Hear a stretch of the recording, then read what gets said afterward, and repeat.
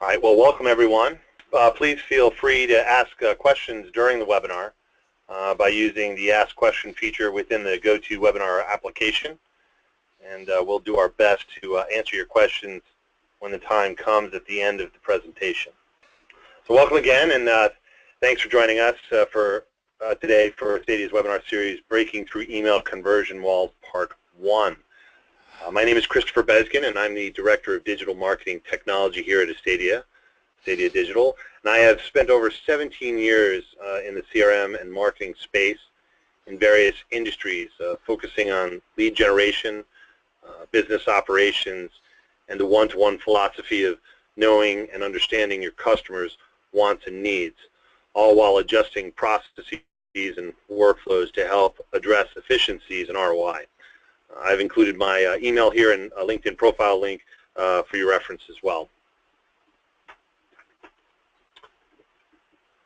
So based on the questions that were asked and the responses we received when you registered, we developed today's content based on the top 3 results, which, as you can see, are behavioral data, content, and testing.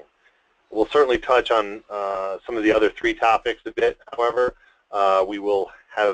we've created a second webinar to be held in the coming weeks, and we will be sure to reach out to you and let you know the exact time when we have scheduled that. So be sure to keep an eye out for further information. When we talk about the agenda for today, we're going to talk a little bit about us, and then we'll roll into why your email conversions may have hit a plateau, go through a few ideas there, and then review the Astadia email marketing maturity model. We'll talk some about explicit data, a little bit about implicit data, also touching on content, and then, of course, testing.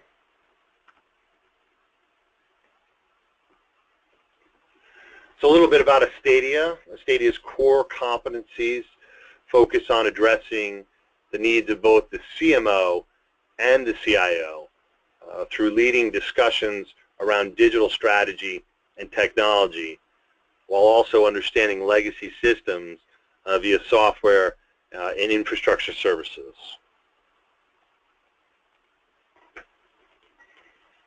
And looking at the numbers, Astadia, as you can see, we've done over 6,000 cloud engagements and over 1,000 completed integrations and over 900 marketing automation projects. So I think it's safe to say we've got some experience when it comes to marketing automation.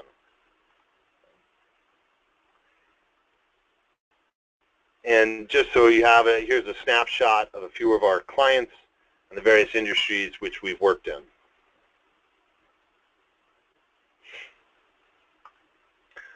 So moving on, we're going to talk about now a little bit about why your email conversions may have hit a plateau.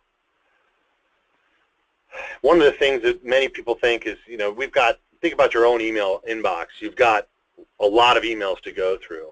So one of the top things is you're sending way too much email, and the messages are not as relevant because you're competing with marketing automation tools that are now required and resulting in higher percentages of relevant content that you're fighting for attention. Also, people are less tolerant with disconnected conversations. They want to, or rather expect, that you remember them and their conversations and where it left off. The question is, it comes up, why am I still getting the same email even though I already made the purchase? And remember, mobile is now the first screen for many. You need to be sure your recipients can see your message, otherwise it's going to go straight to the trash. And chances are you're still sending too much hype about who you are and your cool new tools and not enough help. Information that could actually be used and put to use. Your customers want to know you can help them.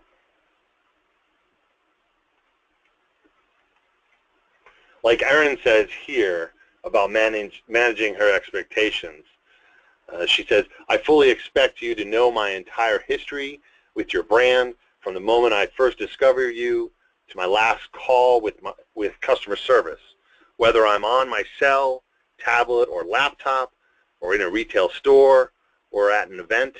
I expect you to recognize me and continue the conversation.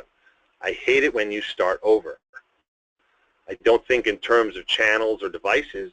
To me, they're all the same. After all, it's still me you're talking to.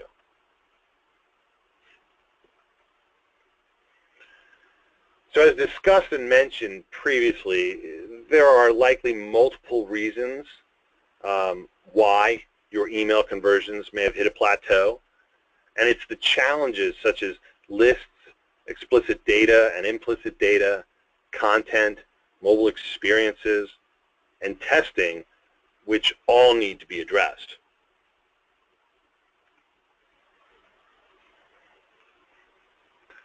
That is why it is important to understand where you fit in the email marketing maturity model.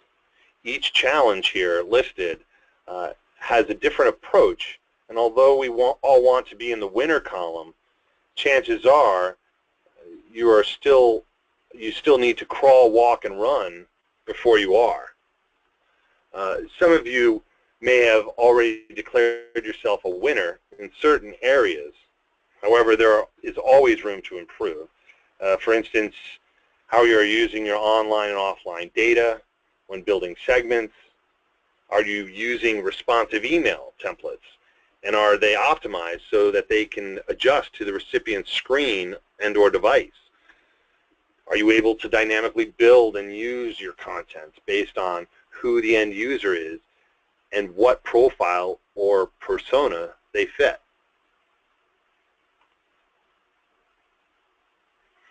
Moving to explicit data, it's when dealing with explicit data, that's the data that is given and collected most often in forms. So it's important to be able to connect any siloed data sources that you may have, while also looking to add additional data through the use of progressive forms. And in doing so, always trying to prioritize and capture scoreable criteria while also standardizing data to help in reporting and scoring models. Explicit data should be leveraged to help in building and understanding lookalike models of your best customers.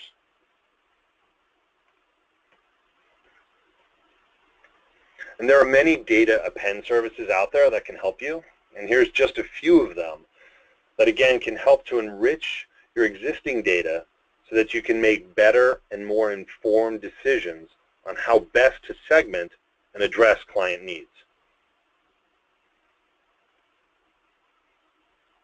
Implicit data, which is a bit more involved in obtaining and understanding data that is gathered from other sources, on the other hand, allows for you to begin to align the behaviors to both channels and devices. For instance, in-store with purchases, or call centers regarding service requests or questions about specific products or services, mobile applications, or web inquiries or responses, laptop and desktop content, social listening, allowing you to have a continuous and connected and cohesive and more importantly, an intelligent conversation.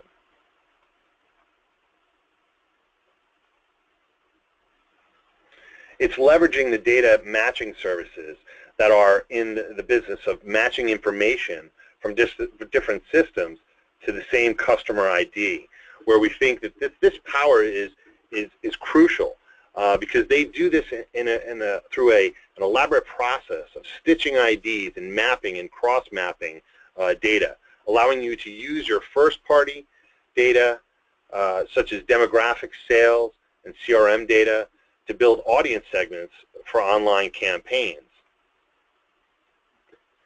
And while also connecting online and offline, second and even third-party data to understand where and how the users started their journey, either online or in-store, and ultimately where they ended up purchasing. It creates and collects the IDs and takes the data and information and stitches it together across the devices and the channels. And then from there, it then strips out any PII or the personal identifiable information, and can then be used in data management platforms, they're DMPs, which we'll cover more in our second session, but then can help and with like modeling while also increasing conversion rates by using what else but customer data to tailor content for websites, email campaigns, and online ads. So some things you can do now, first and foremost, would be to work with your IT department and be sure that tracking scripts are being used appropriately across all web-based properties. This way you know that your pages are being tracked and you can understand who has viewed them and when. If you're using a marketing automation platform such as Eloqua, be sure to use the blind forms wherever possible to help make connections between anonymous cookie IDs and email addresses. And of course, be sure to start treating active users differently. Inactive users not only take up space, they also throw off reporting when included in initial send.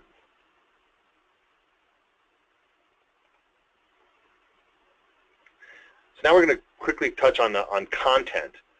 And one of the things that we like to talk about is the evaluation period that every email goes through. And every email goes through this same evaluation process once received. Who's it from? What's the subject? Is it something is it someone I know? If so, then maybe I accept it. If not, I reject it. Otherwise, is the subject line something that I'm interested in? If not, then I'm going to trash it right away. Or maybe it is something that I'm thinking about. And then what's the call to action? Is it simple? Can I do it right now? Or is it not relevant? And if it's something that I can do right now, finally, is it urgent? And if it's not so urgent, I'll just keep it and I'll file it away. And maybe I'll get to it some other time when, in all actuality, think back, you've got a number of emails that you have in your inbox that you probably won't get to. Otherwise, if it is urgent, I'm going to take action right away. So every email goes through this. Obviously, it's a lot quicker than what I just did, but if you think about it, a good practice would be to take a good look at your last email campaign and how does it fit into this process.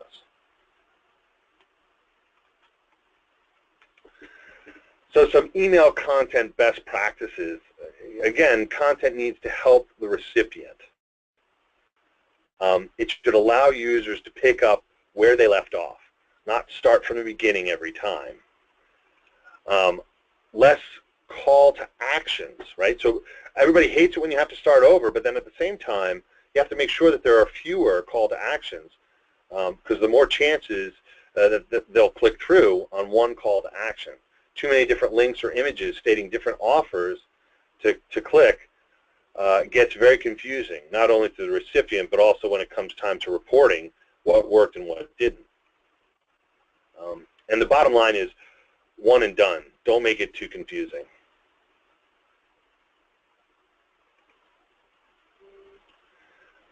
When we talk about email content relevance, relevance equals click-throughs. And unique click-throughs should be your barometer. Tracking the metric continuously will allow you to measure your success.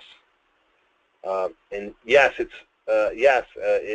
it's hard, and it may seem to be, to comprehend. At some point, the click-through rate should be 100%.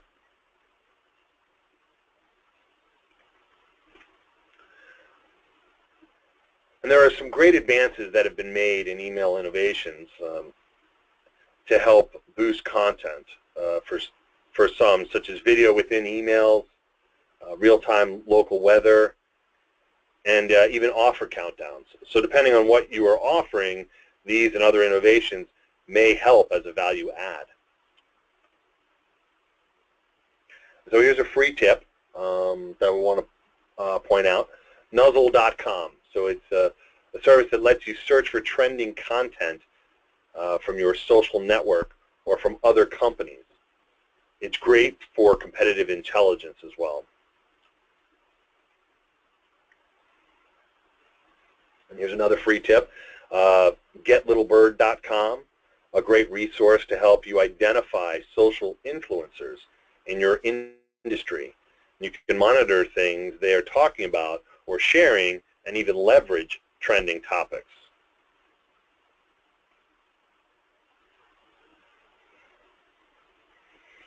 So testing.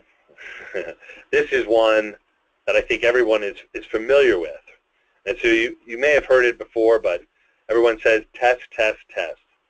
It is often overstated, but so true.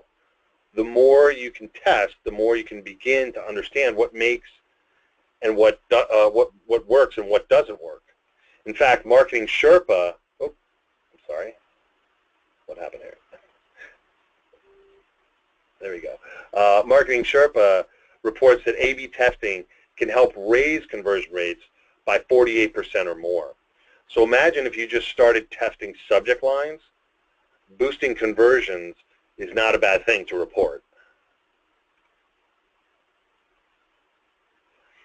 And so there are a few testing best practices, guidelines to remember when testing.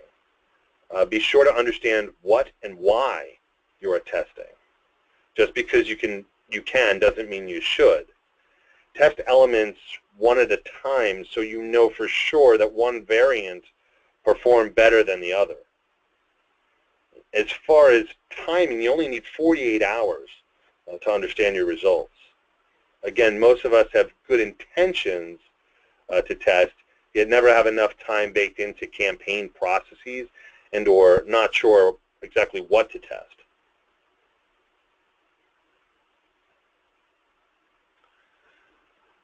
So testing strategies to talk about, we recommend the typical 10-10-80 split, where 10% is the control group and another 10% as a test group, then send offer A to the control and offer B to the test, and whichever offer converts more gets sent to the remaining 80%.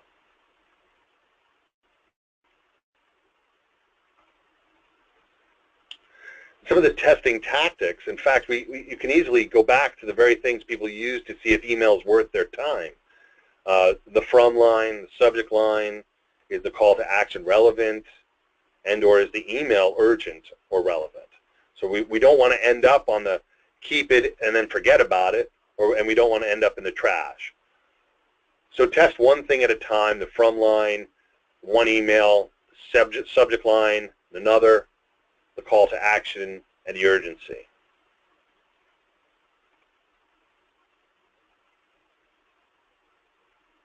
And so another free tip, whichtest1.com. It's a great resource for testing if you haven't already signed up. Allows you to weigh in on which version do you think performed better. Highly recommend it. So that really kind of ends our formal presentation for right now on part one. Again, we have part two coming up. We've kept these short specifically because we wanted to make sure that we could cover all of the content and then obviously give some time for question and answers. But before we get to the question and answers, I wanted to let you know about a special offer that Astadia Digital is offering. This special offer is something that email marketing maturity model kickstart package. It ranges from $5,000 to $10,000 and is based on the scope of the various tasks which we can help you with from this list building or contact explicit or implicit data to content and mobile strategies, and of course testing. So be sure to contact us, Gregory.root at Astadia.com or Christopher.Besgen@Astadia.com. And with that, I think, Greg, we can go to the Q&A. Okay, Chris. We actually have two questions kind of in the queue right now. First one revolves around that slide you showed with things like, I think you called them email innovations, real-time weather, and all that kind of stuff. The question really is, have you seen good examples of this working in a B2B environment? Yeah, I mean, those are just enhancements that I think users can certainly use. They don't have to, but it's kind of like a value add to their emails.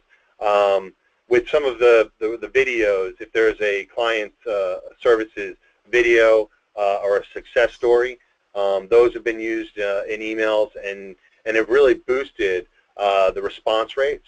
I don't have any specific examples, but they have been used in some of those some other clients. Okay, all right. The other question is this, comes down to your 1.5 second evaluation of whether or not to open and respond to an email. And the question basically says, as a startup, do you have any suggestions for what makes a more effective subject line? Is it a question? Is it a bold statement?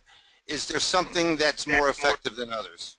Well, that's a great question, and I think the answer really goes back to testing. So that's a perfect example of where you would use an A/B split.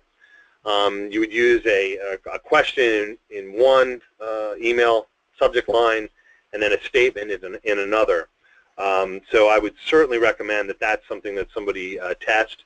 And as we go through that 1.5 second evaluation, that is one of the things. Subject lines is one of the things that people often look at. And then to that, you want to look at some of your calls to actions. So great question, and I think that there's, it leads specifically into testing. So hope that answers the question there. Yeah, and one more just came in. You had mentioned earlier in the presentation about making sure that the pages on your website and whatnot are appropriately tagged. And the question is, how does that really contribute to getting more people to open and click through on my emails?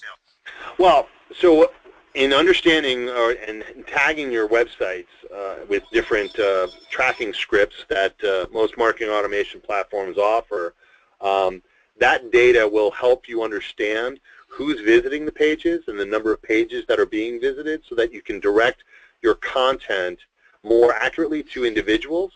So if in the instance of anonymous visitors, if you have a high click-through rate or a high page view rate on the tracking, you'll understand that that's something that people are probably more interested in. So your content will be skewed a little bit more towards that page or whatever that offer is on that page.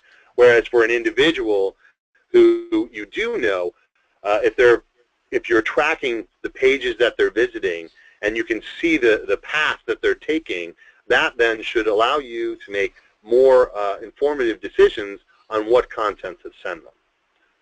So hopefully that adds a little more clarity there. Sure. Okay, if anybody in the audience has a question, now's the time to ask it. Otherwise, Chris, I guess we can say thank you very much for your time and your expertise, and we'll see you at part 2.